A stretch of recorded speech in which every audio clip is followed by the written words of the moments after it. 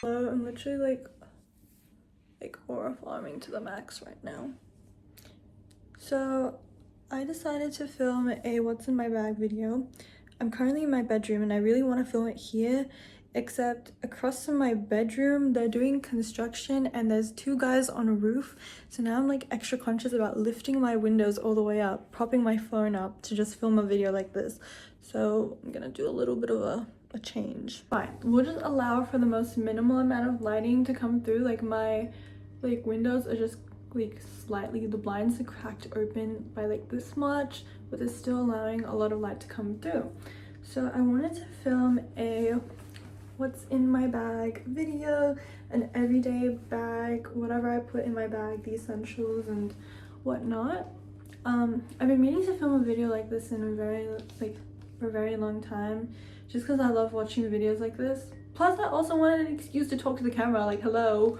So that's what we're gonna do today. I'm gonna do a little unfiltered rant about what's in my bag, and I also wanted to rant about other things because I realized that journaling doesn't work anymore. It hasn't worked for like a year and a half, and I've actually just been enjoying the dopamine hit when you press post on everything. So like half of my life is on my social media accounts anyways, like reposts. Like I can't be nonchalant, okay? I just cannot be. I lied. I decided to change setup and decided to film this video in my lounge room. Sorry, I can't stop touching my hair. I recently switched to side bangs. I haven't had bangs in about it's been more than a year since I've had bangs. I used to have like the full bang, like thick as heck, like you cannot see eyebrows before, but now I've switched to a side bang because I wanted something different, and also like it just looks cuter in my opinion. But now I can't stop playing with it if it's not sitting in the right spot. But yes, I'm filming in my lounge room, and aside from a what's in my bag video, I also wanted to film a ramble video about books. I feel exposed to the world right now because my window, like people can see me from the outside just filming this. Anyways, so let's get into my bag. So this is the Mimco, this bag is from Mimco. It is a Mimco bow bag. I'm sure there's like a specific name for this style of bag, so I'm just gonna plug it in here somewhere. But basically, I'm sure you guys have seen the viral Mimco button bags. This is the same, but it's with bows, and I'm really obsessed with it. Like, I love bows, and I think that if Mimco want to make a little bit more money from me, they need to re-release this bag. They need to make hundreds more of this bag and hundreds more of the bow bag, the button bag, because I'm currently after that right now. But let's talk about the bag, shall we? So this bag is from Mimco, as I mentioned, and I bought it from Depop for like $100 because I'm a Depop fiend. But also like it's $100 including shipping, if I remember correctly. Yeah, which isn't so bad because these type of bags are really hard to find. I don't regret this, like the purchase, not even once, because I think that the bag is beautiful and unique, and also it has a lot of storage for an everyday bag, which I think is perfect. The bows have like little stud stuff on it, and then I have some keychains just here. I have My Melody, and I also have Batman. Let's talk about what's inside my bag now. This is the stuff that I get excited about. I love seeing people just rummage through their bags, and it's like you get an insight into a person's like personality when you actually look inside their bag. So I'll just like start by pulling off what I can see first. So here I've got my wallet. This is from my mom. It is this XOXO like Y2K wallet. She got it from a friend, then she gave it to me, so now it's mine. I have this Gojo keychain that I got from a gacha machine as well. You'll see that there's more of this anyways. I don't really put coins on the back because it's got very minimal space for coins, so I don't really worry too much about that. But the inside of my wallet, I do have this thing that I got from Mount Fuji. like 2 years ago. This has like it has a lot of meaning because it was like my first trip to Japan, and also there's prayers inside this. I know it's this one that I bought specifically was for general good luck and protection, so I carry it with me at all times. Next off, I have some chewing gum. Someone's gonna say that this is really gross, but after every single meal, or if I can feel that there's just stuff in my mouth, it's going in. It's going in. I have 2 chopsticks. I don't know why. Oh, I don't know why. I really don't know why I have 2 chopsticks. I can't remember the last time that I bought sushi or ramen. But I have 2 chopsticks just in case. This brandy makeup bag. Now, if you know me, you know, but I'm a Brandy Melville fiend. I only recently got this makeup bag, and I can't lie, it is better than a lot of the things that I have bought for like makeup and stuff, because it has a mirror inside. Now you can see my ugly setup, but I like the mirror inside because of the fact that I used to carry hand mirrors and they would get shattered all the time. With this one, it's just there. What's inside it? I do like this one though, because this one is lace. I was thinking of getting the polka dot one, but I actually like the lace one a little bit more. It just looks a lot nicer and classier as well. But let's do what's inside the bag now. So we've got some essentials like pads and band-aids, and I've got this CeraVe Advanced Repair Balm that I just use on my lips. But if I'm not wearing makeup and I'm going out at night, I'm gonna put this around my eyes. Someone's gonna say that's really like weird, but I use it like an eye cream. Now I've also got my perfume here. This is the Kayali Vanilla 28 perfume. I got this for Christmas, and to be honest with you, this is one of those scents that start to smell really good over time. Like, your first purchase of this, it's not gonna smell good. Well, it will smell good, but it's not gonna smell as strong. But then the more that you wear it and the longer that you have it, like, the smell will mature and it will stick better on the skin, if that makes sense. I feel like that's a very weird thing to say, but it's true.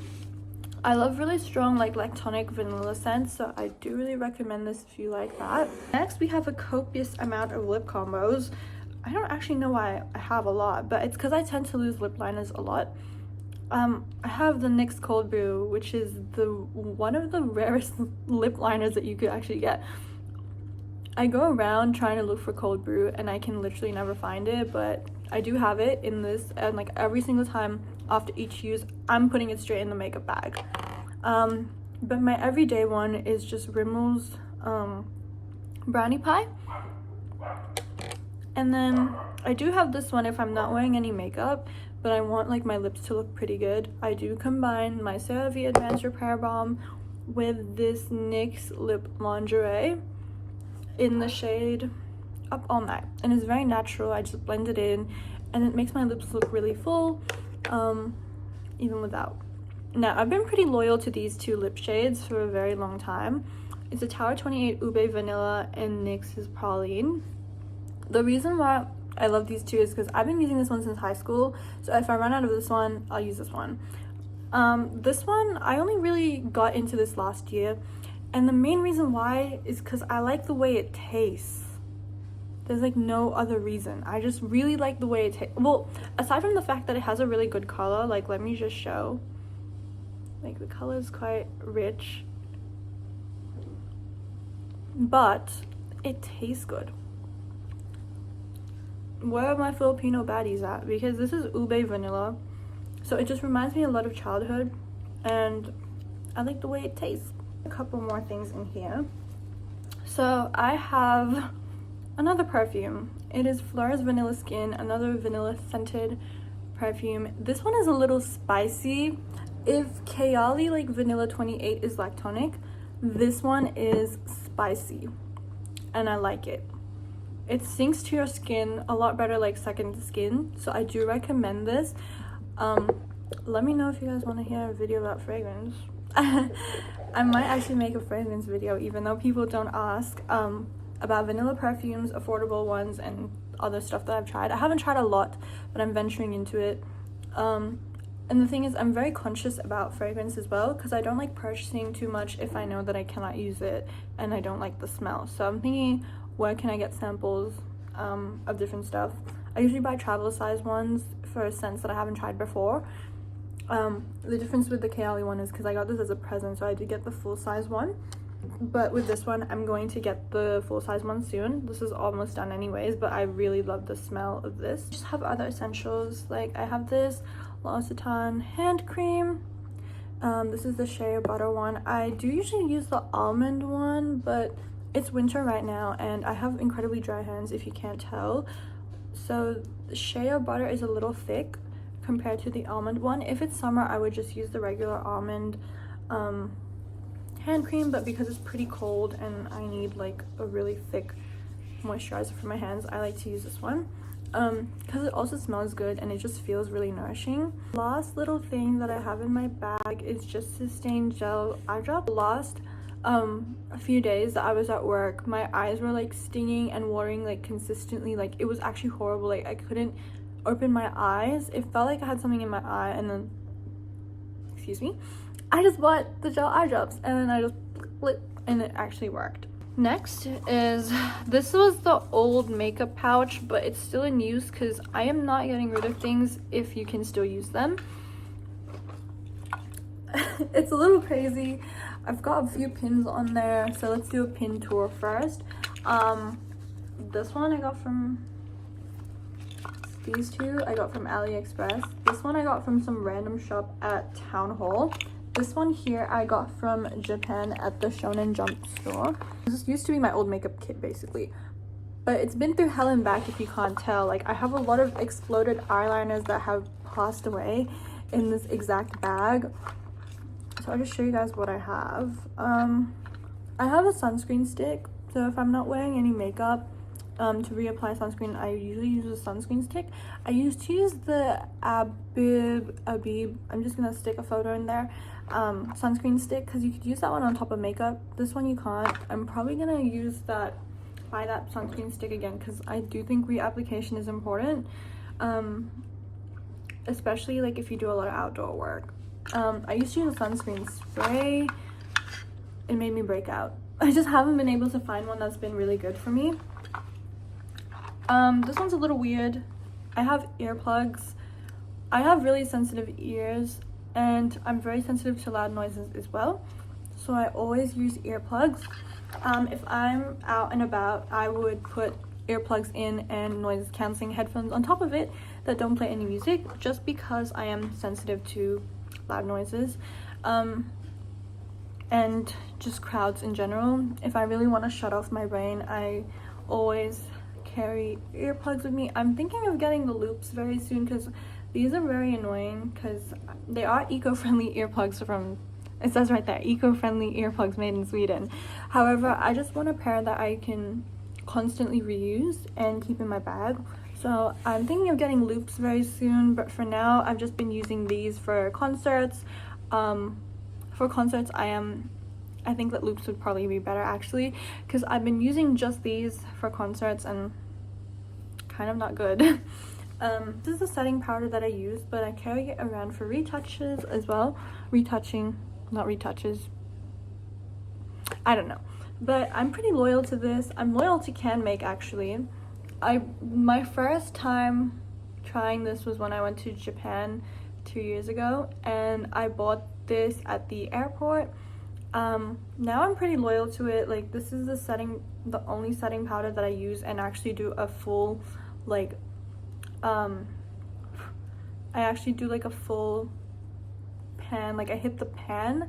What's that thing called? It's not Project Pan, because Project Pan is when you just try to use things to get rid of. Like, this is the one product that I actually hit the pan on all the time, and I always buy a refill for this. I never really change the container. I always just buy a refill because sustainable that way. I have dried up eyeliner here, but she lasted me for a very long time. Oh, it's not dried. Oh, what the hell, it's not dry. So I thought it was dry because it exploded in my bag, but it's not dry. This is also from Can Make. It's not dry. So if you're looking for an eyeliner that won't dry even after exploding, just use this one from Can Make.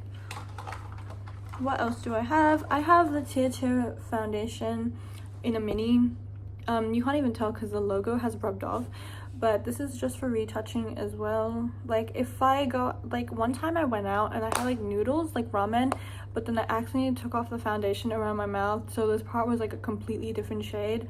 So I've like pretty much made it like a goal to always carry a bit of foundation and setting powder in case that happens again. Lastly, I just have this blush. This is from Happy Skin. It is very old. I don't think I should be using it anymore, but I really can't find a shade like this, so I'm pretty like happy with it because I'm just unable to find a shade. If anyone knows any recommendations, please let me know. I have a coin purse here as well from Brandy too. My sister and I got matching ones actually, but like I said, I don't really put coins in my wallet because there's not a lot of room here, so I just put them in a coin purse instead, because you never know when you're gonna need a little bit of coins, so I always carry it in this. Very cute. She does need a very good wash though, because this is quite old. My glasses. So this one here is actual prescription glasses that I wear all the time, but I'm wearing contacts today, so I don't really need it. But sun protection is no joke, so I carry non-prescription but polarized sunglasses with me. These are from Lispex. They're quite small. I'm thinking of getting bigger sunglasses because especially when I wear lashes, they kind of just poke. So but I do think that even in winter you should be wearing polarized sunglasses. You should be wearing some sort of sun protection on top to prevent cataract formation, like cancers in the eye, just that type of stuff. Someone's gonna say that I'm fear-mongering, but also I live in Australia where the common case of blindness is cataracts and I need to know how to pronounce that word. And I just have some other sanitary knickknacks now. So I just have tissues with DC characters on it. I've got Batman, Superman, and the Flash, and then I've got Wonder Woman, Supergirl, and Batgirl, and then just hand sanitizer to stay clean, because guys, you should still be sanitizing your hands. What are you doing? That's everything that's in my bag. Now we're gonna move on to the second part of this vlog where I talk about books. I have bought some books pretty recently. These are essentially my July reads. I used to be on a generational run with books. I would finish books in like less than a week. Like I could read more than 4 books actually in 1 month. Like I would juggle between like comics and actual novels, and I was like doing so well. But then like year 12 hit, and I don't know what happened in year 12. But now that I'm out of high school and I'm like on uni holidays, I was like, okay, well, I want to do something productive with my time. What if I get back into books? And last year I took a gap year and I would often buy books. I would buy like 5 books, like either comics or novels all together, but I never really finished all of it. I would just like finish 1 or 2 books from that pile, and everything else would just rot. And I realized that the more you buy books, the less inclined that you are to actually finish that pile. Well, for me, that's what I felt. So for me, it's actually better to buy less and finish those 2. So although I only did buy 2 books, I only actually finished 1, which is Confessions of a Mask by Yukio Mishima.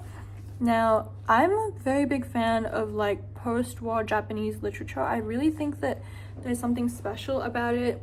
I did enjoy a couple of Osamu Dazai's works. When I was in high school, when I was like 13, I read like No Longer Human, which actually like broke my psyche. And I avoided reading Schoolgirl as well because people often said that the narrator is very relatable. I only recently read Schoolgirl this year because I thought I was in a better like mindset to read it, and I'm very happy that I read it now instead of reading it when I was like like a 13-year-old, because like what, like probably I would have definitely found it more relatable, but as I read like Schoolgirl this year, I was like, yes, it's relatable, but relatable for my past self, and relatable for some aspects of myself now, but not fully, because I've like matured and I'm not like completely out there. But I did buy 2 books. So like I said, one of them was Confessions of a Mask by Yukio Mishima, and the other book that I bought was Nymph by Stephanie LaCava. So I'll start by talking about this one first, because this is the one that I finished. I'm gonna try and keep it as spoiler free as possible, and then I'll talk about what I expect from this book and what I expect to feel as well afterwards. Because with this one, I think it's definitely worth reading. I think it's beautifully written. It really captures the essence of being a boy in post-war Japan, which I don't know what that feels like, but I now know what it feels like because of this book. Like, you can clearly tell that this is like the way that he sees, like the main character sees things, is because of like repressed feelings. I feel like this definitely talks, like one of the main key themes of this book is repression. I'm sorry, I'm struggling to find words to form like words and trying to form like a proper decent like response without spoiling anything, because most of the time when I try to talk about books that I've read, I end up spoiling everything. So I'm trying to not be spoiling everything. The most choppy vlog of all time. But I thought that the interesting like attraction and fascination that the main character had with a lot of things that aren't typically like arousing actually makes a lot of sense for his type of childhood, the stuff that he's attracted to. Like, it all just really makes sense. I would just say that a lot of the feelings and the emotions that the narrator feels is like things that come together and piece together. Like I said, I do really enjoy like post-war like Japanese literature, but a lot of them have a really weird fascination with death, repression, and armpits. I was talking to a friend about this because we both read this book. She did read it ages ago before I did, but she said that there was like a fascination with armpits, and I definitely agree. There's some really interesting fascination with body parts, so proceed at your own risk. About the ending though, I would say that the ending felt very anticlimactic to me. I think it's very common with these post-war Japanese novels that the ending will always feel like it lacks something, if that makes sense. Like, it feels as if there's just nothing, like nothing burger basically. That's what a lot of the endings feel like. I don't think that this book is nothing burger, but I think that the ending definitely was a little bit, because I felt like, wait, like there could have been more, right? But it makes a lot of sense, because a key theme of this book is repression, and for the ending to just be kind of nothing burger and very like it did have like emotion, but it was very like, it was kind of like a flat ending, if that makes sense. But I definitely think it's worth the read. I really enjoyed this book. From the get-go, I sat down, like as soon as I bought the book, I sat down and I read the book. I got up to like the halfway mark, and then when I visited my parents, I was reading this and I finished it there. This was really moving. I was moved. So I'm also gonna read like a favorite line of mine, because I did like bookmark a few. So I'm gonna read my favorite lines now. I'm gonna read random lines from the book that I really liked, and I hope that it will convince people to read it as well. If you have a look here, I actually have like a few folded pages where I liked the lines from that part. This is from page 43. I didn't highlight it because I'm trying not to annotate my books anymore, like no more of that. I used to do that a lot, but now I'm not doing that, so I'll just read the line that I really liked. There is a few sentences in here, so I'm not going to read the full sentence and paragraph. I'm going to try and chop it up a little bit to the sentences so that people don't get the full gist, and I want people to just feel how it feels if I just read these like minimal lines. Also, I'm really sorry because I keep looking out of my window just because of the fact that there is construction going on, and I'm just like assessing the surroundings. But this is the line that I like. In a piece of writing such as this, a character should be brought to life by describing some essential idiosyncrasy, some lovable fault, but from my memory of Omi, I can extract not a single such imperfection.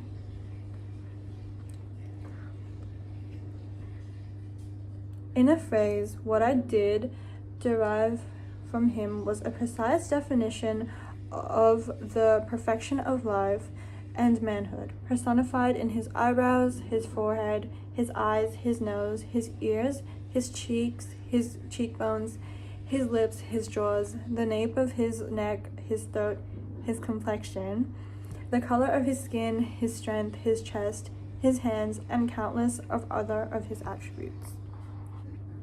With these as a basis, the principle of selection came into operation, and I completed a systematic structure of likes and dislikes.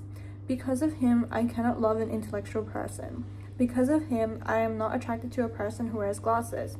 Because of him, I began to love strength, an impression of overflowing blood, ignorance, rough gestures, careless speech, and the savage melancholy inherent in flesh, not tainted in any way with intellect. I love that line. I feel like it really just captures like this infatuation that the narrator has with a specific archetype because of a person. And I love that line so much. I did have like other stuff bookmarked. I did like this line too on page 44, so the page after.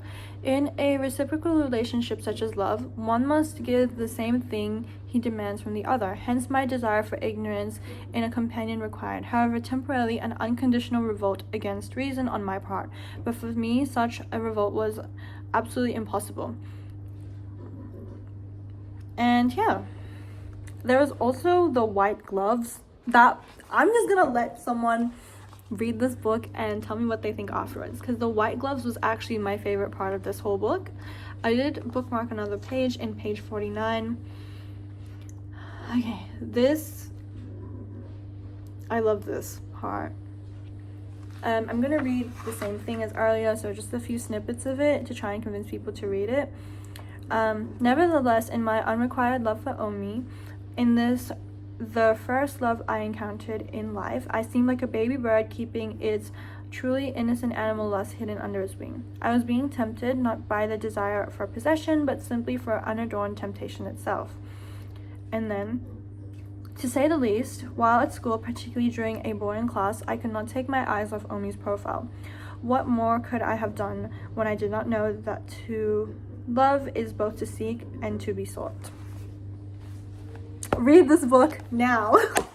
I'll be talking about the second book that I bought, which is Nymph by Stephanie LaCava. So this is kind of a blind buy. I was walking around and I was actually looking for a specific book, but then this one kind of caught my eyes because I saw the title and I was like, Nymph? What could it possibly be about? So I just like took it off the shelf, had a look at the cover, looked at the back briefly, but then I opened the first page and this is where the blurb was. I didn't even read this full part. I only really read this part where it says a thriller examining violence through its subversion and a singular love story. And I was like, whoa, this might be my cup of tea. I'm a little worried because I kind of didn't read anything about this, but I like flicked through the pages and I'm interested now. I'm interested. My expectations for this book is quite high, if I had to be honest. I expect a lot. I expect to be hooked, but then at the same time, when I expect to be hooked, that's usually the worst, because with this one I was really hooked. I expected to be hooked and was actually hooked, but then there are some books where I expect to be hooked and don't end up being hooked. So I really hope that I'll feel the way that I felt about this with this one. But I often feel that way and it doesn't actually happen. With this one, it does have a bit of like this whole intimate feel, and I'm not so sure about this one. I know that it says something about violence, so I'm assuming that it's gonna be a little bit worse than this one, because this one was yearning. This one might be actually out there, but I'm excited. I might make a video when I do finish this one, but everyone please read this, and I will tell people what I think when I'm done with this one. For watching my vlog, and I'm gonna try to vlog more often.